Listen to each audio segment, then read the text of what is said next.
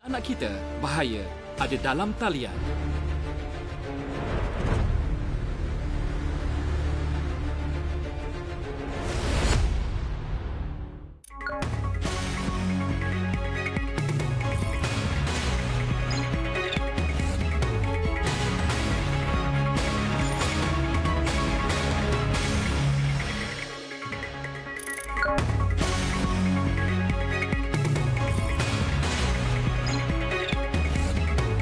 Bismillahirrahmanirrahim. Allahumma salli ala Sayyidina Muhammad wa ala alihi Sayyidina Muhammad. Saya harap semua sedang berada dalam keadaan yang tenang-tenang di malam hari.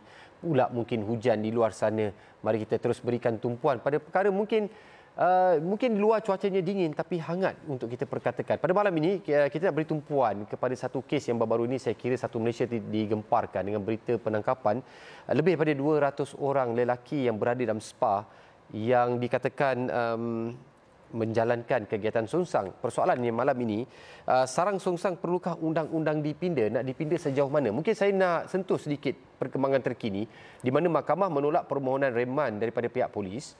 Seramai 171 lelaki telah dibebaskan dengan jaminan polis pada 30 November yang lalu kerana ketiadaan bukti yang kukuh untuk menyokong pendakwaan di bawah undang-undang sedia ada. Jawi turut mengambil keterangan daripada sekumpulan lelaki yang beragama Islam berhubung kes ini dan seorang pegawai Kementerian Pendidikan Malaysia KPM yang ditahan dalam persebuahan telah pun digantung kerja selama sementara menunggu siasatan lanjut. Masya-Allah. Sebenarnya ada banyak persoalan yang timbul daripada masyarakat. Kita boleh kalau tengok di media sosial macam-macam. Saya rasa tidak adil untuk kalau kita tidak memperkenalkan panel kita pada malam ini. Sebelah kiri saya Datuk Loman Sharif Alias merupakan peguam, banyak pengalamannya. Nanti kita sentuh bersama dan Tuan Muhammad Khairul Anwar Ismail. Kita bertemu lagi, merupakan aktivis hak asasi manusia. Alhamdulillah. Jadi persoalan seperti hingga ke hari ini memang tak ada tangkapan, tak ada pendakwaan dilaksanakan. Apa dah jadi dengan undang-undang negara kita? Ke mana melemahnya? Kita ada undang-undang syariah tapi macam tak ada power, tak ada kuasa. Datuk, kita nak sentuh sikit. Secara ringkasnya, kat mana pincangnya undang-undang sedia ada ni? Ada dua aspek. Satu dari segi kita tidak boleh pakai syariah. Kedua dia kepincangan dari segi kanun kesiasatan, undang-undang sivil itu sendiri.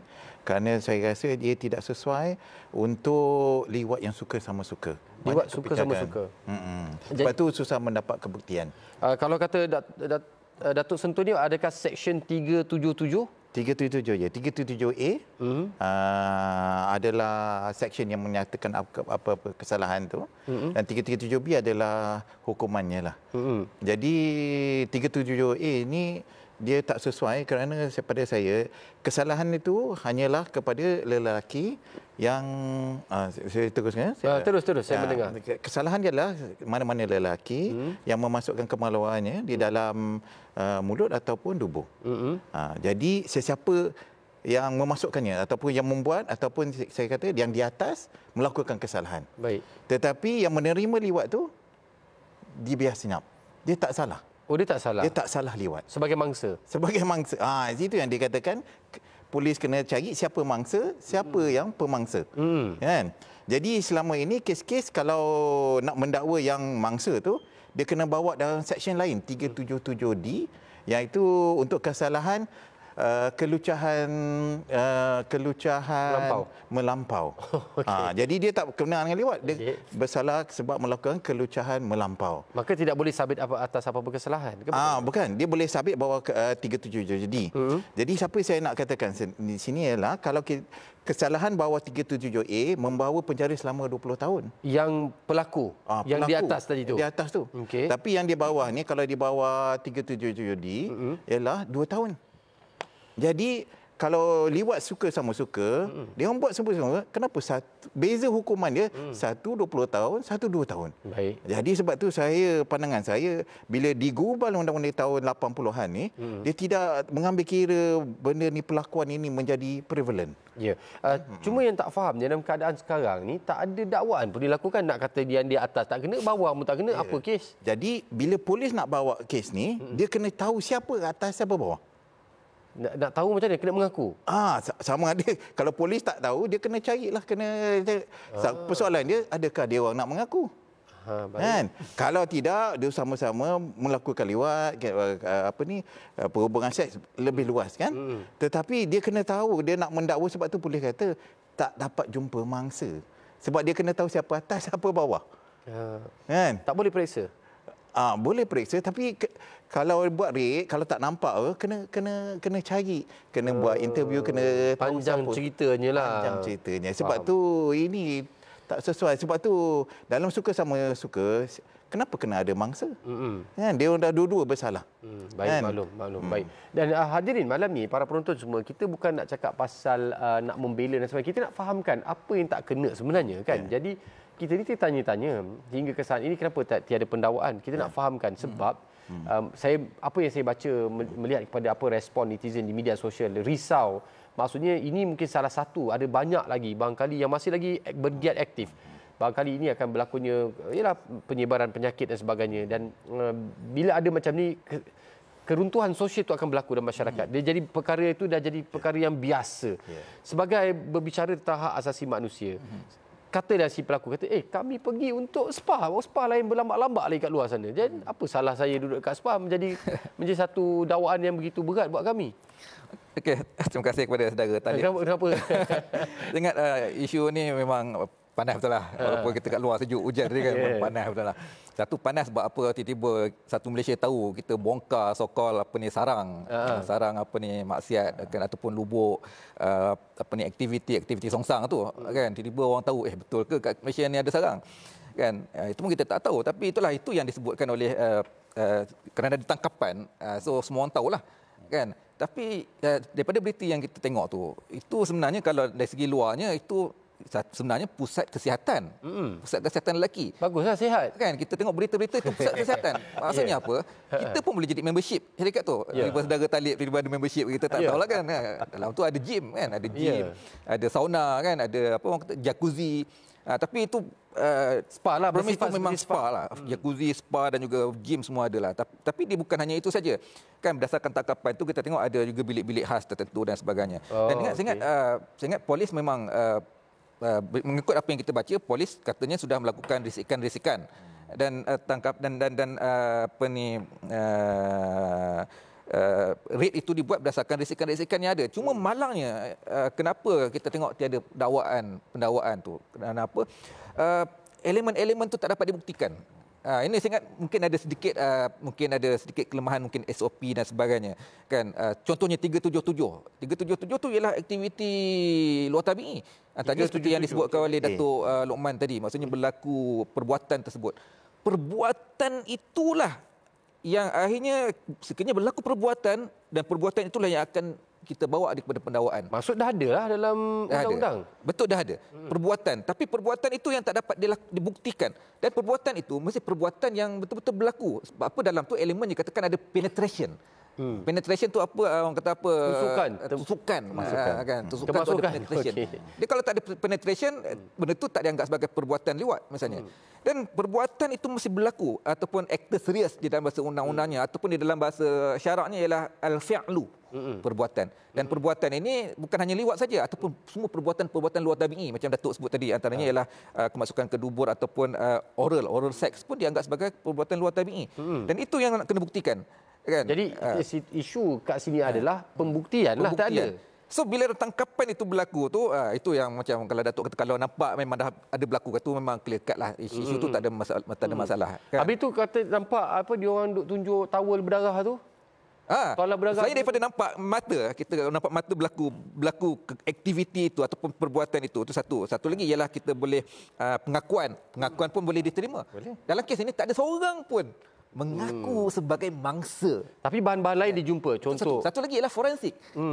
Forensik maksudkan forensik mengatakan bahawa berlaku perbuatan itu, reaction itu berlaku. Itu kalau tahu tu yang viral tu yang apa nampak darah itu kan. Kalau forensik mengatakan bahawa betul berlaku, tak apa. Masalahnya sekarang ni tidak berlaku sekarang. Okey, baik. Jadi bahan-bahan bukti lain seperti pelincir dan sebagainya itu dikata jumpa juga di situ.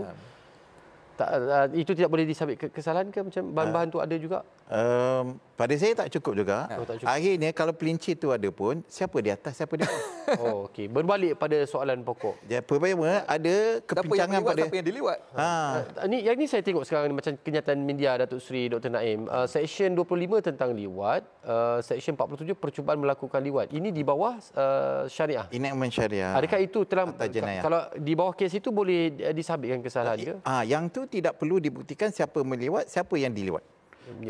Apa-apa perhubungan seks antara lelaki dikatakan liwat, musyakah hubungan seks antara wanita.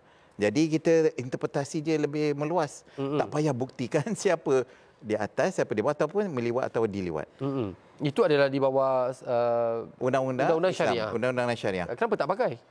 Ini permasalahannya adalah kerana mahkamah memutuskan. Mahkamah mana tu? Mahkamah Persekutuan. Baik. Jadi dia memutuskan dalam kes Iki Putra dengan Alin seterusnya. Iki Putra khususnya sebab ada liwat di jenayah syariah dan kesalahan liwat di jenayah syariah dan kesalahan liwat di kanun keseksaan, maka mahkamah memutuskan bahawa jenayah syariah itu terbatal.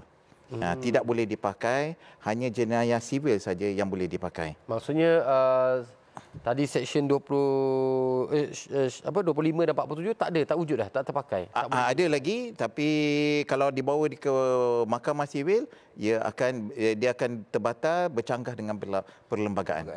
Tak boleh ke kalau kata dia sebab dia orang Islam terpakai yang undang-undang syariah? Tak boleh. Sebelum ni boleh, tetapi sekarang ni tak boleh.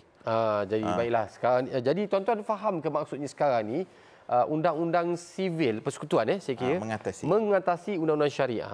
Jadi kalau sebenarnya ini yang kita dengar bahawasanya gunakan jelah Seksyen 25, Seksyen 47 ni. Tapi itu datangnya daripada Mahkamah Syariah. Antara Mahkamah Syariah dan Mahkamah Sivil yang paling kuat sekarang ini adalah Mahkamah Persekutuan, boleh mengatasi Mahkamah Syariah. Tadi kita nak tahu pucuk puncanya. Tadi Datuk ada sebut tentang Iki Putra. Kes mana ni pasal Iki Putra dan Nik Alin? Kenapa mereka ni telah mencabar Mahkamah Syariah? Apa yang telah dilakukan? Hebat sangat dua orang ni. Mari kita saksikan kejap lagi. Sambung, kita berehat seketika, kembali lepas ni insya-Allah.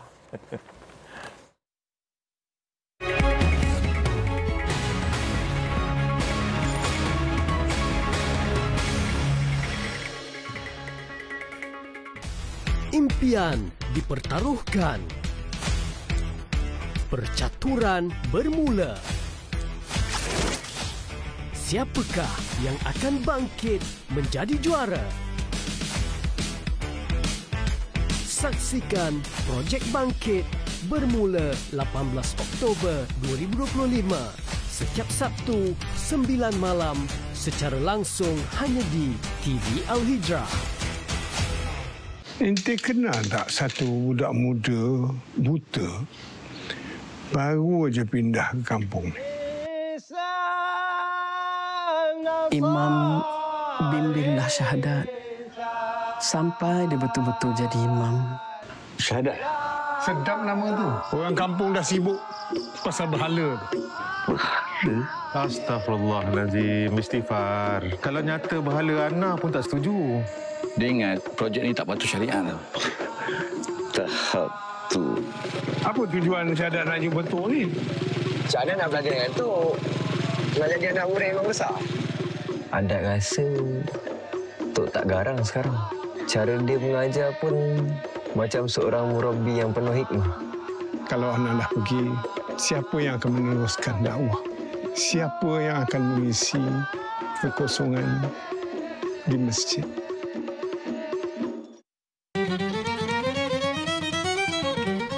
Ini cerita tentang kerja.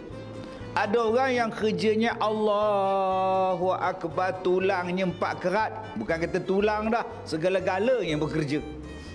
Tapi gajinya ciput. Kak Gayah pula jual beg kuning. Beg kuning. Engkau untunglah ada subsidi beras, subsidi bajet, subsidi itu, subsidi.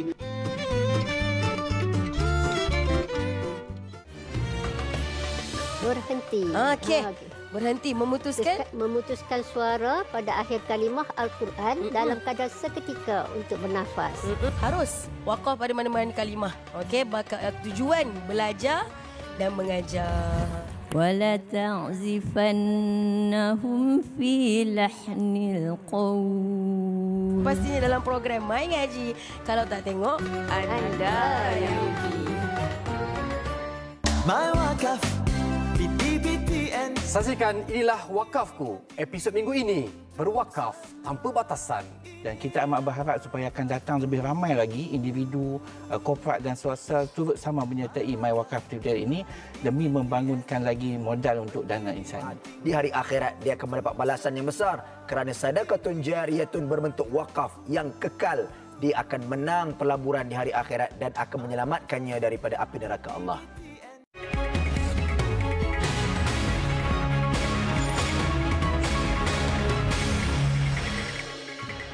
Bertemu kembali dan berkenaan tentang kes Iki Putra, barangkali kita dah terlupa apa pasal kes Iki Putra ni muncul kan. Saya pun bila tengok balik, oh baik, baru teringat.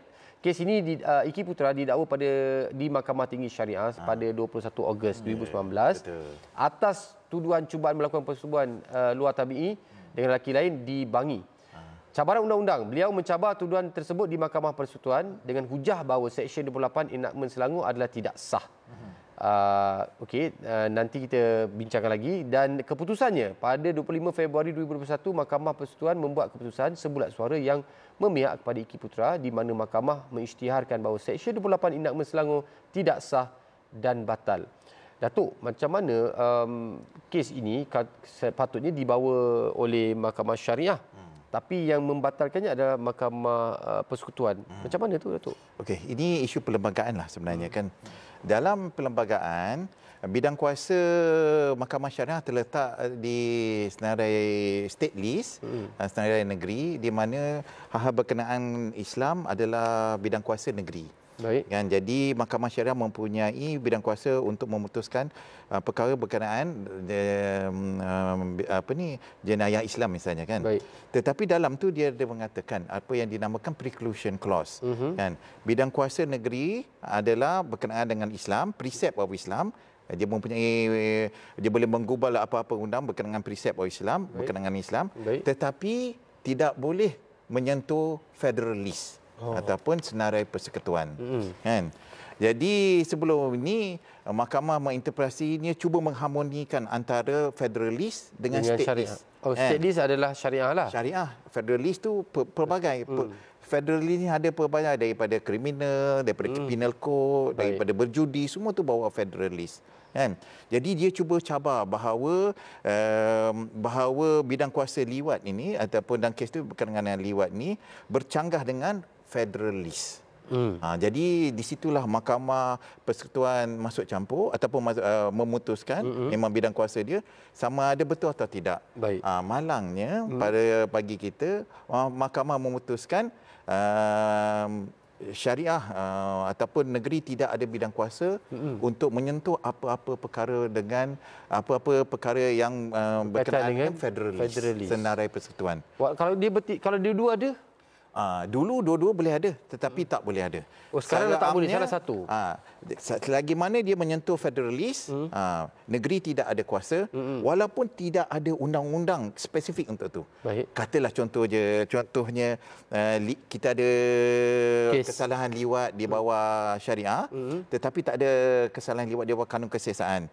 Oleh kerana ia menyentuh perkara berkenaan dengan kriminal, maka mahkamah memutuskan Mahkamah Syariah tak boleh buat keputusan. Negeri tidak boleh menggubal undang-undang berkenaan tu. Jadi bermakna kat sini Seksyen 25 tak terpakai, Seksyen 47 pun tak terpakai. Dia terbatal. Terbatal berkenaan dengan liwat. Kan? Baik. Jadi kita sebenarnya nak buka peluang kepada para penonton di luar sana. Kalau nak hubungi kami, nak bagi pandangan, ya, barangkali di luar sana nak kongsi ataupun nak tanya sendirilah pada dua orang panel kita. Talian yang perlu ditembusi adalah 03 2276 0144. Saya ulang, 03 2276 0144. Nanti kita mintakan tim kita, admin kita untuk naikkan nombor talian ni. Anda boleh hubungi kami, insya-Allah ada rezeki boleh tanyakan, mungkin nak fahamkan lagi. Tadi mungkin Datuk maaf saya bincang. Saya rasa kes ni umat Islam mesti faham bahawa ia mempunyai implikasi besar terhadap jenayah syariah. Bukan saja liwat dan lain-lain. Saya bagi contoh. Berjudi. Berjudi ni adalah di dalam senarai federalis. Betul? Sebab kalau kita nak buka berjudi ke pertaruhan, semua tu bawa federalis. Baik. Kalau mengikut keputusan ini, alasan dia, jadi negeri tidak boleh menggubal undang-undang berkenaan dengan berjudi. Wow. Nah, ini implikasi dia bahaya. Besar. Sebab bukan sebab liwat, ini pada saya selalu menulis boleh jatuh banyak jenayah syariah lagi. Jadi permasalahan lagi besar. Jadi kita tengok kalau kita keputusan mahkamah, negeri tidak ada kuasa macam tu menghalang umat Islam daripada berjudi. Dah, kalau ikut keputusan mahkamah. Jadi siapa yang ada kuasa? Federal. Kalau nak main nombor ekor semua tak salah. Tak, negeri tak boleh menggubal dan mengatakan salah. Dia kata federal boleh menggubal undang-undang mengatakan bahawa ia salah. Jadi kita ambil contoh kan, berjudi di Genting. So mahkamah katalah ini belum diputuskan, tapi kalau ada orang cabar dia boleh diputuskan. Sekarang ni undang-undang jenayah Islam di Pahang menghalang orang berjudi di Genting. Kalau ikut keputusan Iki Putra dan Elin ni, ini bakal jatuh. Wow. Okey? Tak terbatal. Terbatal. Jadi persoalannya, macam mana nak halang umat Islam pergi Genting, betul tak? Tak boleh. So, Mahkamah Persusuhan akan jatuhkan keputusan bahawa tak boleh. Jadi mahkamah, jadi parlimen yang kena buat undang-undang. Baik. Okey, tapi ada masalah dia. Boleh ke parlimen buat undang-undang untuk menghalang umat Islam di negeri Pahang? Tak boleh. Sebab negeri bidang kuasa Islam mengikut negeri-negeri. Okey. Keduanya, kalau parlimen nak menghalang umat Islam, kan? Dia tak boleh halang umat Islam sahaja sebab ini diskriminatory. Parlimen hanya boleh luluskan undang-undang yang tidak diskriminatory. Dia tidak boleh pilih Islam tak Islam. Jadi kalau dia nak halang kata di Genting, semua orang tak boleh berjudi di Genting, itu boleh. Tapi kalau dia kata umat Islam saja tak boleh berjudi, itu negeri. Di negeri Pahang, itu diskriminasi. So masalahnya lagi besar, maknanya kelompongan. Maknanya siapa boleh buat undang-undang untuk menghalang umat Islam berjudi di Pahang selepas ni? Negeri tak boleh. Persekutuan pun tak boleh. Ini permasalahan Iki Putra, ni lagi besar masalah dia. Sebab itulah rintitan dia sampai ke sini. Baik. Panjang lagi kita nak cerita, Datuk sampai ke depan dah Tuhan. Maksudnya benda ni besar tuan-tuan. Ini bukan benda buat main. Belum tahu itu baru sentuh pasal berjudi, minum arak, habis tu nanti bermaksiat, melacur. Jadi macam mana ni? Apa dah jadi kepada masyarakat kita dan sebagainya.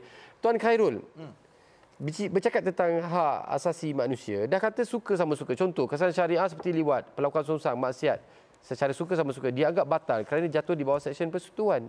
Dia suka sama suka. Jadi kalau macam mana suka sama suka ni, tak payah buat apalah, sudah suka sama suka. Ya, betul. Sebab tu kalau dalam konteks hak asasi manusia ni, benda ni dia akan jadi isu yang dipertikai. Kerana apa? Satu, dia ada elemen consent, suka sama suka. Satu lagi ialah dia melibatkan hubungan seksual.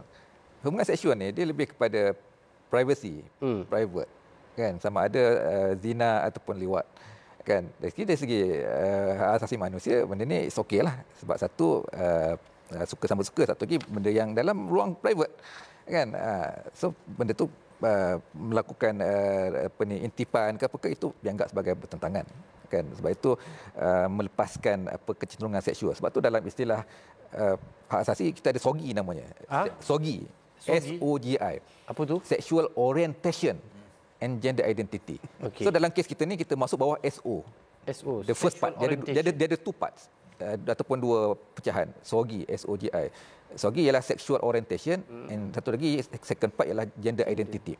So yang kita bincang ni tentang yang premis kesihatan ni ialah bawah SO ni, iaitu sexual orientation. Ini ialah orientasi seksual, kan? Orientasi seksual maksudnya dia menyatakan kecenderungan dia sebagai gay contohnya, kan? So kita beranggapan bahawa ini mungkin semua gay. Itu ialah bagi orang hak asasi manusia, benda itu personal, insight from inside. Itu sexual orientation.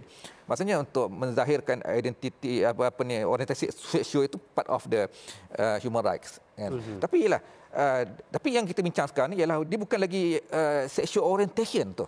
Tapi ialah dia dah cross, kalau dalam Islam dia dah cross satu lagi border ataupun satu lagi line, iaitu kepada perbuatan tindakan.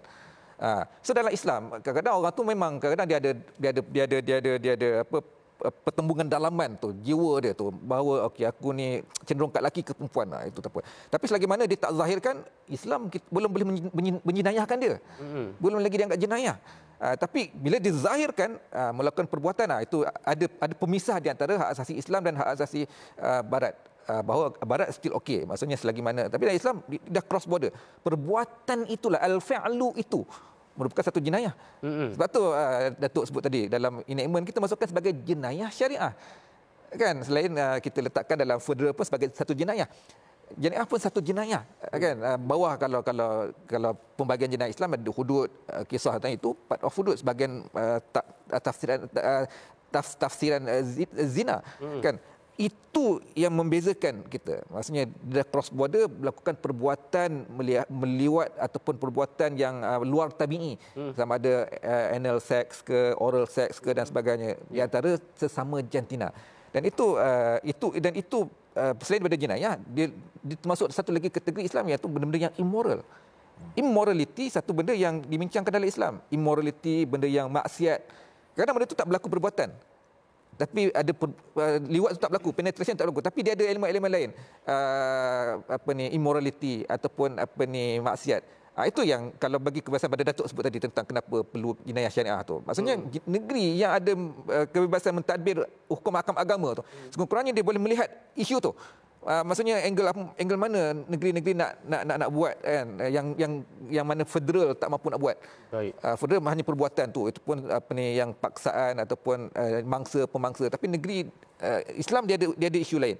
Maksudnya dia perbuatan fi'lun tu dan juga perbuatan yang lain-lain berkaitan immorality ataupun perbuatan yang melakukan elemen-elemen maksiat tu. Dan ini yang kita bincang kan, maksudnya dalam tu elemen tu ada ke tak kan. Tapi bincang sampai bila ni? Berbincang je lah.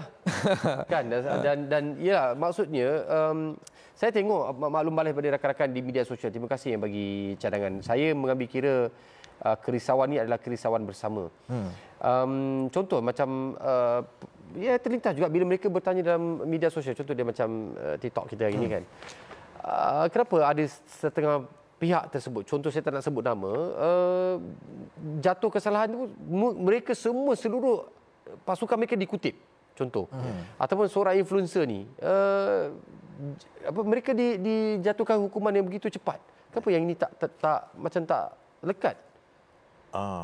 Pada saya masalah pembuktian dan masalah kepincangan Penal Code dan juga Penal Code itu ada 377A sebab dia kena cari mangsa.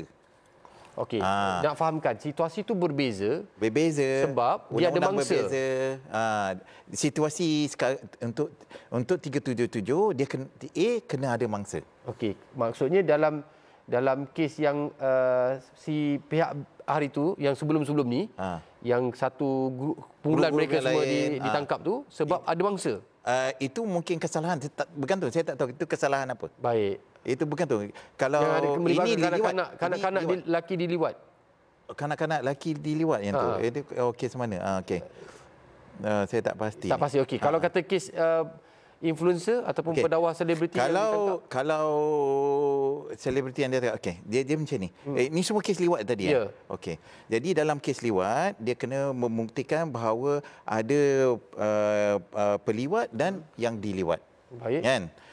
Di mana ada paksaan itu bawah 377C kan. Kalau ada melibatkan budak-budak ni boleh dikenakan kan. Kalaulah di bawah 377D kelucahan melampau itu lain pula offense dia. Baik. Kan semua bergantung pada pembuktian dia lain-lain. Baik, maklum. Jadi para penonton bertanya ni kita bincang sampai bila? Bertenang sebab tu kita nak membawa perbincangan ini kepada pindaan. Kalau tengok tajuk balik, kita ni sebenarnya nak berbincang tentang perlukah undang-undang kita dipinda. Dan kita telah pun mendengar daripada mana dasar untuk kita menyatakan bahawasanya ianya perlu dipinda. Apa yang tuan-tuan dengar sekarang ini adalah kepincangan yang sedang berlaku. Kan? Tuan-tuan sedang mendengar perkongsian-perkongsian dengan mengambil beberapa kes. Hak asasi manusia lah, perundangan sedia ada, perundangan syariah. Jadi kita baru jelas inilah kelompongan yang sedang berlaku. Jadi apa yang perlu nak dipinda? Tuan-tuan kena ambil tahu. Kita perlu terlibat sama tentang apa yang perlu dipinda. Kita sambung sekejap lagi insya-Allah.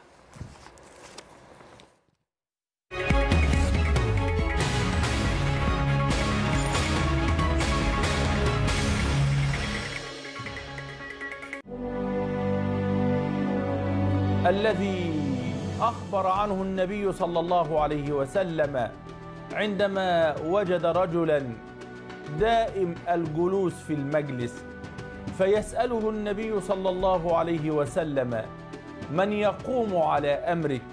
من ينفق عليك؟ فقال: أخي. فقال له: إن أخاك أفضل منك.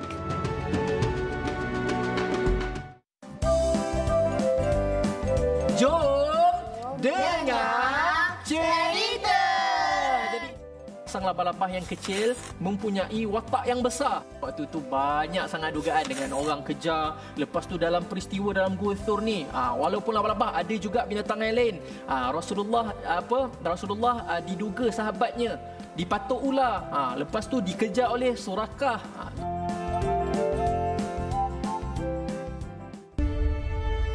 Iceland, negara paling selamat di dunia. Kereta dan rumah tak perlu dikunci. Setiap orang Iceland kenal hampir sesiapa sahaja dalam tempoh 5 minit melalui susul galur keluarga digital. Kurang trafik, kurang hotel, tetapi menjadi 3 negara termahal di dunia. Namun begitu, keajaiban landscape semula jadinya tidak wujud di negara lain di dunia. Sebab itulah kita perlu travel ke Iceland.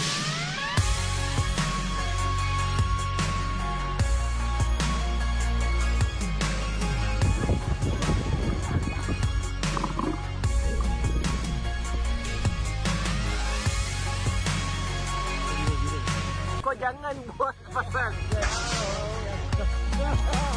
Ini baru.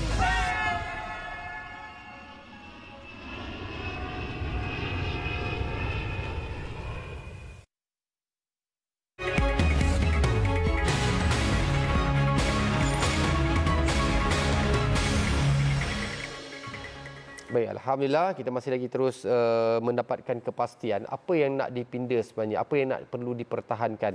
Hingga ke saat ini kita tengok bidang syariah macam dah tiada kuasa, manakala di pihak sivil juga ya tiada mangsa, maka apa yang nak kita cari dalam kes-kes sebegini.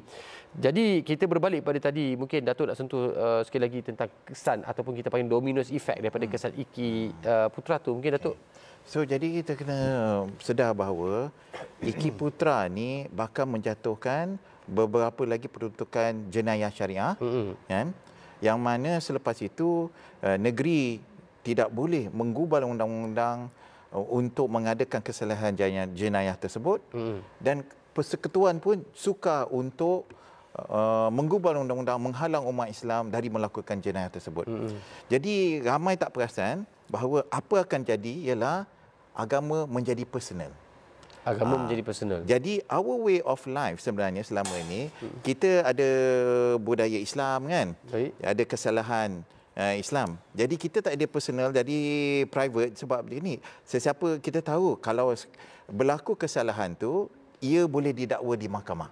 Okey, baik. Jadi apabila kesalahan jenayah itu jatuh tidak boleh dilaksanakan.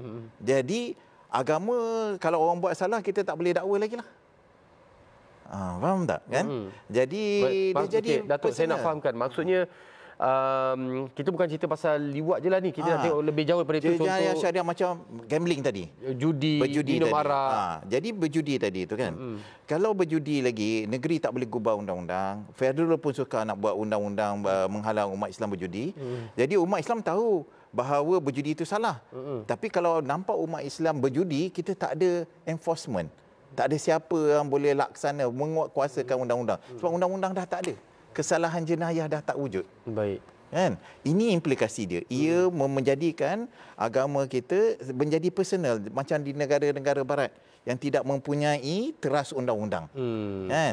Our way of life selama ini sebelum merdeka hingga sini, kita ada undang-undang jenayah Islam, kita ada budaya Islam. Siapa yang melakukan sekarang kita boleh bawa ke mahkamah syariah. Sekarang mahkamah syariah seperti tiada kuasa. Jadi mahkamah syariah dah tak ada kuasa. Kalau satu persatu jenayah syariah ini dicabar. Jadi mahkamah syariah hanya kes cerai kahwin macam tu je lah. Cerai kahwin begitu. Itu je lah. Itulah. Baik. Kesian mahkamah syariah. Baik. Mungkin kita nak ke Tuan Khairul sebelum kita nak fahamkan apa kesan sosial. Kita faham kesan sosial yang jauh mungkin kita tak nampak jika ianya tidak digubal. Okey, itu yang kata kalau tiada peruntukan yang boleh menghalang ataupun kita intervene ataupun di dalam Islamnya, dalam syaraknya kita panggil sebagai satu langkah ataupun sadduz zara'i. Maksudnya benda ni dianggap sebagai perbuatan itu boleh berleluasa. Kan maksudnya orang boleh boleh berlindung di balik banyak sarang-sarang lagi. Sokol sarang lah kalau betul itulah sarang lah itu. Itu akan berlaku sekiranya tiada di peringkat undang-undang yang boleh govern itu, yang boleh mentadbir hal ehwal kesalahan-kesalahan di pihak rakyat itu. Dan ini saya ingat sebab tu saya ingat legal gap ini benda yang valid lah. Kan legal gap itu jurang undang-undang yang boleh menyebabkan banyak kesan-kesan yang lain. Legal gap iaitu jurang. Kan undang-undang tu ada. Kan macam kita tengok Undang-Undang 377 paling kurang ada kan, maksudnya Malaysia ini masih lagi di antara negara-negara di seluruh dunia, antara negara-negara dunia yang masih lagi mengekalkan liwat ni ataupun perbuatan di luar tabi ini sebagai satu kesalahan jenayah. Masih ada. Kita masih mengekalkan. Yang dalam masa yang sama berlaku global movement, gerakan-gerakan di peringkat dunia mahu memansuhkan, lobby-lobby mereka memansuhkan perbuatan itu sebagai bukan jenayah. Malaysia masih lagi jenayah. Tapi kenapa boleh berlaku peristiwa macam ini, macam tidak ada pendakwaan. Dan maksudnya ada legal gap iaitu jurang perundangan. Dan bagi saya nak tambah satu lagi, bukan sekadar ada legal gap, mungkin kita ada kelemahan juga dari segi operasi. Dan saya ingat polis antara satu pasukan yang mahir undang-undang, mereka lebih mahir daripada kita. Bila ada risikan, ada maklumat, jarang polis gagal. Kalau ikut pengalaman saya, bidang kita ni bekerja dengan polis. Tapi kali ni kita nampak macam gagal, kan? Kenapa? Maksudnya ada sedikit, mungkin ada sedikit gap kat situ, kan, yang menyebabkan bahawa polis patutnya bila buat tu dia tahu bahawa okey, ada kes. Bila ada kes, ada siasatan, tangkapan dan siasatan dan boleh pendakwaan. Tapi kali ini tidak berlaku benda itu. Kan? Sedangkan berdasarkan risikan mengatakan bahawa almost confirm bahawa perbuatan itu ada. Kan menjadi sarang sarang aktiviti luar tabi'i itu ada.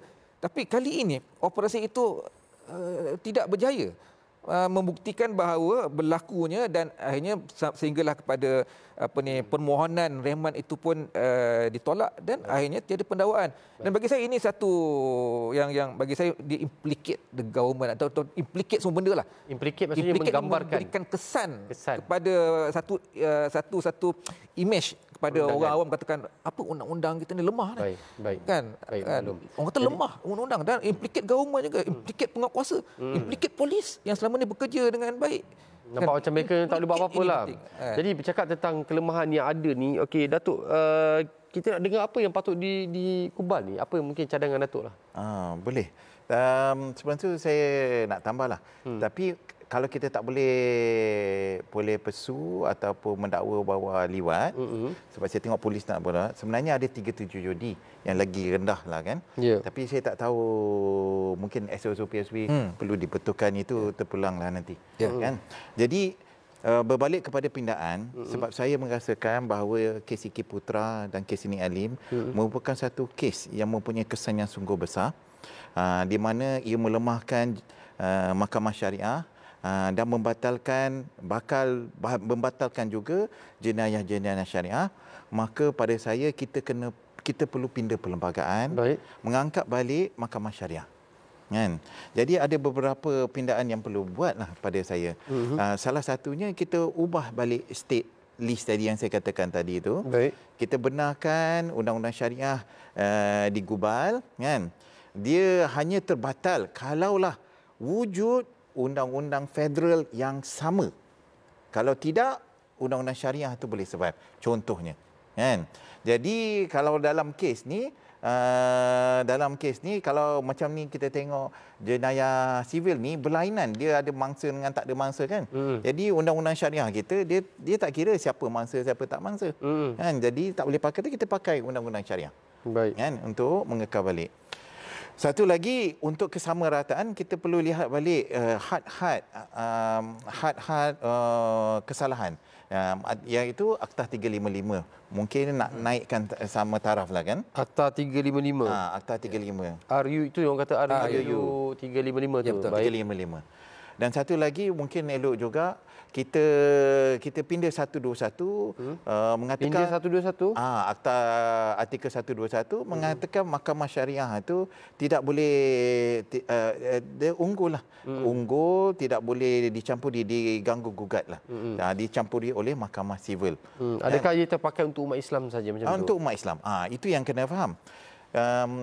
Pindaan yang kita minta ni hanya melibatkan umat Islam, memberi kesan kepada umat Islam. Kan?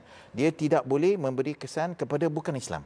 Kerana apa yang kita buat, kita nak kekalkan bidang kuasa yang selama ini wujud di mahkamah syariah. Itu yang kita mahukan. Tetapi kita tidak boleh memberi kesan kepada bukan Islam. Kerana apa? Kerana di bawah perlembagaan, mahkamah syariah hanya boleh mendakwa orang Islam. Dia tidak boleh mendakwa orang bukan Islam. Ini dijamin di dalam perlembagaan. Sebab itu dalam 60-70 tahun tidak ada bukan Islam yang didakwa di mahkamah syariah. Jadi kita nak pindah ni untuk memberi kuasa kepada mahkamah syariah. Dan untuk umat Islam. Dan untuk umat Islam. Kan? Untuk mengekalkan our way of life, budaya Islam kita. Tapi saya terfikir sesuatu pula. Minta maaf saya cakap kan. Mungkin kalau setengah orang untuk dia lepaskan diri dia daripada didakwa dalam mahkamah syariah, dia keluar daripada Islam, dia murtad. Ya boleh juga, tapi nak keluar Islam ada proses-proses dia. Dia kena melalui satu proses nak membuktikan bahawa dia keluar. Baiklah. Allahu Akbar, ya, besar kesan ya rupanya ketika kes Iki Putra dan Nik Ali ni dia telah melemahkan mahkamah syariah. Saya nak fahamkan dalam bidang kuasa perundangan di Malaysia ni, tak adakah suatu kuasa supreme yang boleh memutuskan secara veto? Jadi artikel 121 lah. Apa yang terjadi tahun 1988, 1980 lebih, saya rasa lebih 88 kan. Kita cuba meletakkan mahkamah syariah. Sebelum tu mahkamah sivil selalu mencampuri urusan mahkamah syariah. Jadi pada tahun 1980 lebih kalau tak silap saya, kita pindah perlembagaan mengatakan mahkamah syariah ni tidak boleh dicampurilah. Baik. Kan? Tetapi dalam proses undang-undang selama makin lama orang mencabar. Jadi dahulu Mahkamah Persekutuan cuba mengharmonikan kedua-duanya, tetapi sekarang ni mahkamah jelas mengatakan bahawa sivil mengatasi syariah. Sebab itulah dah jadi pada saya kita kena pindah perlembagaan untuk meningkatkan lagi. Tapi kalau kata kes-kes seperti macam tak bayar nafkah isteri, sebenarnya kenapa sivil tak masuk campur? Sebab itu dah jelas. Family. Itu dah jelas bahawa family itu bawah undang-undang syariah. Oh, yang itu jelas? Itu jelas. Kenapa federal tak masuk campur dan bantu yang ibu tunggal dan sebagainya membela mereka? Membela mereka? Sebab yang kalau yang suami tinggalkan isteri, contoh tidak membayar apa kita panggil nafkah dan sebagainya. Boleh ke isteri ini pergi ke mahkamah federal untuk Untuk umat Islam, bidang kuasa Islam dia ikut negeri. Jadi sesiapa yang tak jaga nafkah kena bawa ke mahkamah syariah negeri tersebut. Kan? Federal ni tidak mempunyai kuasa bidang kuasa syariah. Baik. Kan? Hanya di wilayah persekutuan dia yang dia ada. Kan? Jadi kalau dah bab nafkah tu dibawa ke mahkamah syariah negeri-negeri. Baik, jadi apa yang kita faham sekarang ni hingga ke saat ini mahkamah syariah masih lagi di bawah bidang kuasa. Kita kena bezakan. Satu family matter, satu lagi jenayah syariah. Baik. Yang terkesan sekarang hanya jenayah syariah. Family matters masih lagi di bawah mahkamah syariah. Itu tidak mempunyai kesan. Baik. Jadi kita nak fahamkan, mungkin Tuan Khairul boleh bantu kita lah nak jelaskan kepada semua para penonton ketika dalam saat kita memerlukan satu jaminan keselamatan dari segi undang-undang, pada masa sama juga nak menjaga hak asasi manusia, di mana hak asasi manusia hari ini, dunia hari ini melaung-laungkan bahawa ini hak asasi manusia nak berada di tengah-tengah tu. Tapi sambil tu saya difahamkan ada pemanggil di talian. Assalamualaikum. Salam. Saya Yusof. Ya, saya. Buat panggilan daripada mana tu? Dari rumah. Di kawasan lokasi dirahsiakan. Okey, nak bertanya ke ataupun nak memberikan pandangan? Okey, saya nak bertanya soalan boleh? Silakan. Okey, soalan saya adalah macam ni. Kes yang berlaku tu, yang serbuan yang berlaku di Spa tu, Soalan saya kepada dua-dua panel, sejauh mana seseorang itu privasinya dilindungi? Contoh, kita mempunyai hak untuk ke mana saja kita nak pergi kan. Ada dalam fundamental liberties, ada perkara seperti kita tak boleh restrict diri kita untuk pergi mana-mana sahaja, melainkan kalau tempat itu ada masalah kesihatan ke, public order dan sebagainya. Tapi bila berlaku ambush macam tu, nama disebarkan, and then kerjaya disebarkan, sejauh mana privasi kita dilindungi? Dan kalau kes macam ni berlaku, untuk pihak yang menjadi mangsa, pada saya yang orang di sepa tu pun mangsa jugalah, privasi mereka disebarluaskan. So apa hak mereka pula untuk melindungi diri mereka? Baik, terima kasih Encik Yusof. Okey. Baik, terima kasih. Jadi ianya berkaitan dengan hak asasi, saya kira Tuan Khairul bersedia untuk menjawabnya. Kita berehat seketika, kita kembali lepas ini, insya-Allah pada semua yang mendengar di luar sana berikan perhatian berkaitan tentang hak asasi mereka, dan ibarat mereka diaibkan, mereka macam tak boleh ke mana ke lepas ni nak buat aktiviti sendiri contoh. Kita sama lepas ni, insya-Allah.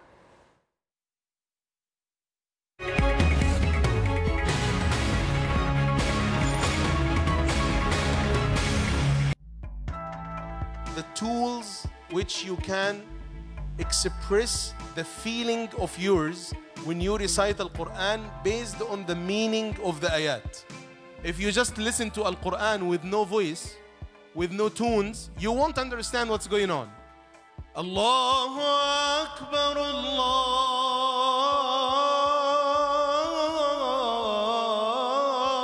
Akbar. Daripada 21 usahawan, 5 terbaik telah dipilih.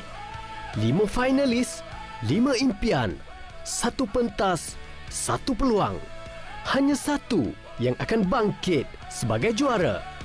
Siapakah yang bakal dinobatkan sebagai juara projek Bangkit dan membawa pulang geran perniagaan bernilai RM50,000 tajaan Mawib bersama slot iklan bernilai RM1 juta daripada TV Al-Hijrah. Saksikan penentuannya dalam pentas akhir projek Bangkit 6 Disember 9 malam, siaran langsung hanya di TV Al-Hijrah. Bangkitkan potensi, cipta legasi. Mengajar erti perjuangan. Bangkit, bangkitkan potensi. Allah Ta'ala ni apabila dia sayang, dia kasih kepada seseorang hamba-Nya, dia akan bagi tahu, dia akan panggil Jibril dan bagi tahu innallah yuhibbu fulanan. Allah Ta'ala ni kasih, Allah Ta'ala ni sayang kepada fulan bin si fulan. Maka sayangilah dia. Allah yang mendengar setiap keluhan munajat setiap hamba-Nya.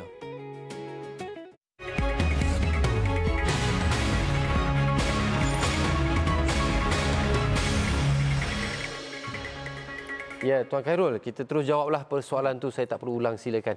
Ya, terima kasih Saudara Talib dan terima kasih juga kepada yang bertanya, Saudara Yusof. Ya, soalan tu bagi saya valid lah, kan. Sebab saya sebut tadi, sebelum tadi, bahawa ada dua istilah saya sebut. Satu, legal gap. Satu lagi ialah SOP gap. Legal gap tu ialah kita kata benda tu ada dalam peruntukan, tapi kita tak berjaya membawa kepada pendakwaan. Satu lagi SOP gap tu, kan, ini melibatkan kadang-kadang itu yang bertanya tu, kadang-kadang itu tempat awam katakan pusat kesihatan, ialah yang dinamakan sebagai kesihatan, ada gym, ada sauna, ada jacuzzi. Maksudnya kita boleh daftar sebagai membership, kita boleh menggunakan gym tersebut, sauna, jacuzzi tersebut. Dan ialah berdasarkan kadang-kadang kita tak tahu, tak semua yang pergi situ mungkinlah yang terlibat di dalam aktiviti songsang misalnya. Kan, walaupun hakikatnya berdasarkan risiko-risiko tu berlaku, mungkin ada berlaku dalam bilik-bilik tertentu dan sebagainya.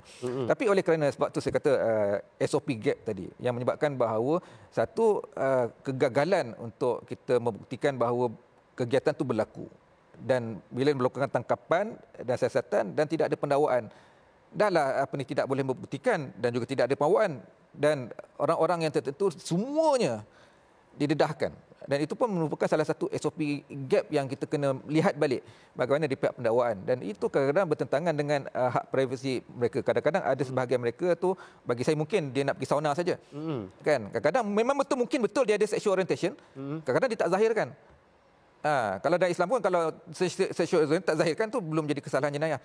Kan mungkin dia tahu, dia dengar bahawa kita untuk kaum kita ni lah, sokol kaum kita ni kumpul kat situ. Kan boleh bersosial, boleh interaksi. Kerana dia hanya menzahirkan dia punya sexual orientation di dalam bentuk kelompok kelompok saja. Tapi mereka tidak menzahirkan. Tidak ada perbuatan. Tapi oleh kerana dia tidak dan Islam tidak menzahirkan itu belum jadi kesalahan jenayah.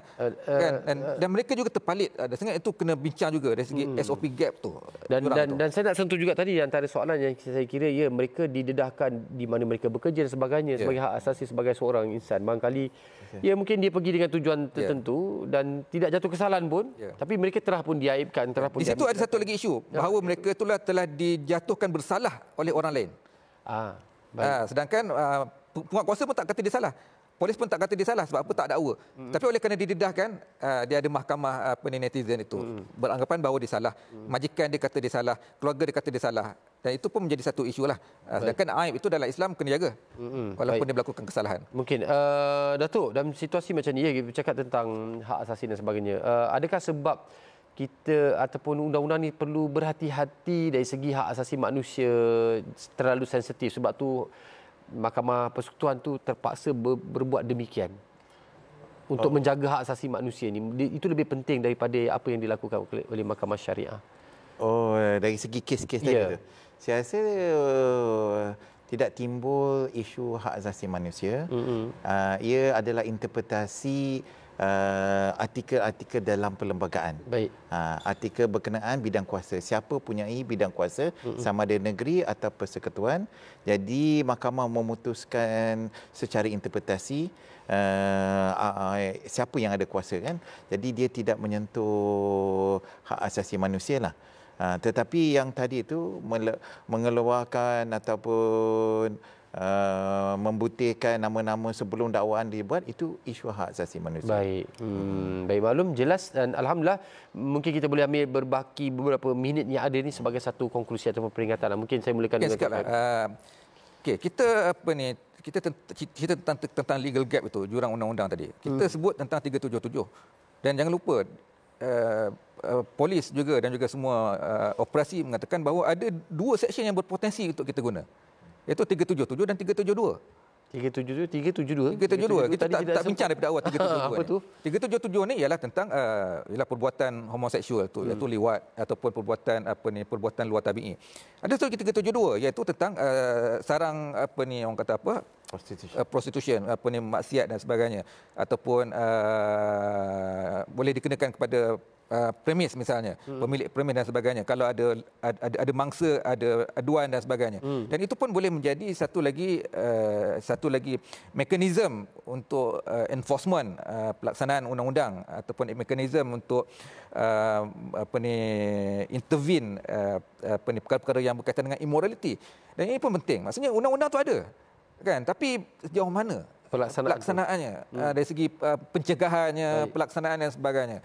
Sama ada perbuatan itu sendiri, liwat itu, homoseksual itu, ataupun perbuatan yang immoral, ataupun menjadikan sarang ataupun premis itu, pemilik premis dan sebagainya. Itu. Kalau nak diikutkan sebenarnya, di 377 tu, hukuman dia lebih tinggi daripada syariah. Itu macam Datuk kata 355. Kalau nak lakukan pindaan, kalau nak membenarkan syariah enactment, kita kena melakukan pindaan RUU 355. Dia ada maksimum dia. Kalau ikutkan di civil tu, penal code itu 20 tahun. Lagi dahsyat, lagi dahsyat, berat. Lebih menakutkan. Baik, itu nasihat daripada Tuan Khairul, ya. Barangkali yang di sini dia di perbincangan terlepas kita nak tengok sebagai si pemilik premis tersebut, kan, yang tangkap 200 lebih, yang seorang ni terus membuat perniagaan itu dan mendapat dakwaan juga 372. Ya, kita tak sentuh lagi. Mungkin di siri 2.0. Datuk, mungkin seringkasnya peringatan tentang undang-undang ni, ataupun harapan Datuk lah, kotlah ada harapan dari segi untuk harapan saya, permasalahan ini timbul akibat kepincangan kanun kesiasaan apabila kita hendak mensabitkan kesalahan liwat lah.